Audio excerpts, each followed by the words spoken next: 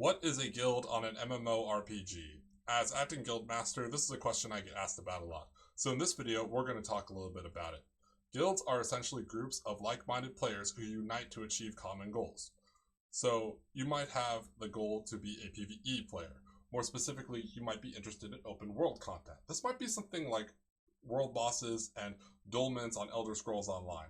This might be like the dynamic world events you see on Throne and Liberty. Instead, small group content would be something like the flashpoints in SWTOR or the group dungeons in Elder Scrolls Online. There's teams of 4 players and they all play a specific role. You might also have instance large group content. This might be something like the operations in SWTOR or the trials in Elder Scrolls Online. There's a group of 8-ish, possibly more people, and then you all play a specific role, and every person plays their specific roles, is coordinated with everybody else. Of course, open world content will require less coordination. Then we have PvP content. Well, we all know what PvP content is. It's player versus player. There might be open world PvP. The most prominent example is probably going to be something like Elder Scrolls Online and Cyrodiil. When we have instant small group PvP, we think about things like battlegrounds in Elder Scrolls Online. It's like 4v4v4, and you're all PvPing against each other. Instance large group content for PvP might be something like the castle sieges in Throne and Liberty.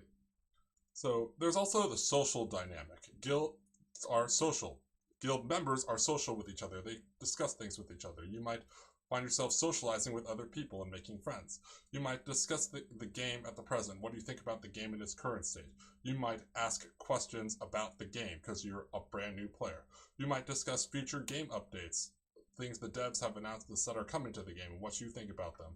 And some people join a guild and then they just stay for the memes. That's why a lot of people okay, well maybe not a lot of people, but some people stay in my guild.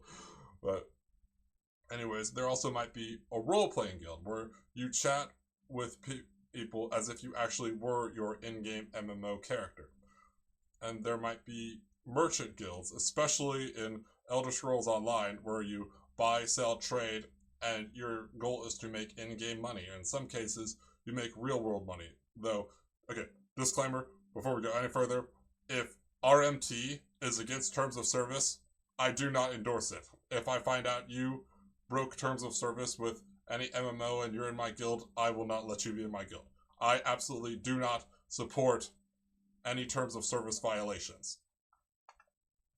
But there might also be some miscellaneous questions you might ask yourself. You might think things like, what faction do I want to be a part of, if it's applicable to that MMO? And we've seen that in games like SWTOR. Do you want to be a part of the Republic, or do you want to be part of the Empire? And we of course see that again in Elder Scrolls Online. Do you want to be part of the Daggerfall Covenant, the Ebonheart Pact, or the Aldmeri Dominion? And then another question you'll ask yourself is the activity level. What activity level do I want for the guild I'm going to join? Do I want the guild to be casual? Like, hey, I just play this game casually. I don't want any expectations from me. I can just be a part of a group, have a chill experience with no one expecting me to do anything.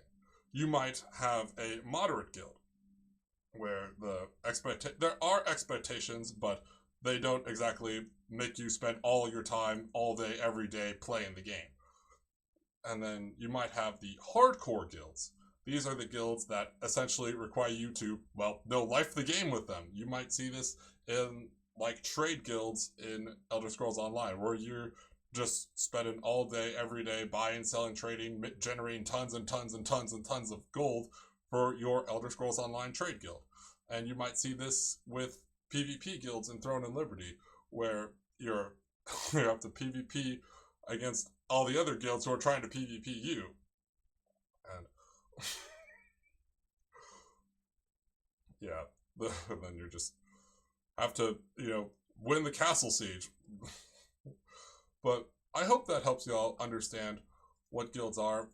Stay tuned for future videos. We'll talk more about guilds in future videos, as well as the different roles different members might play in guilds.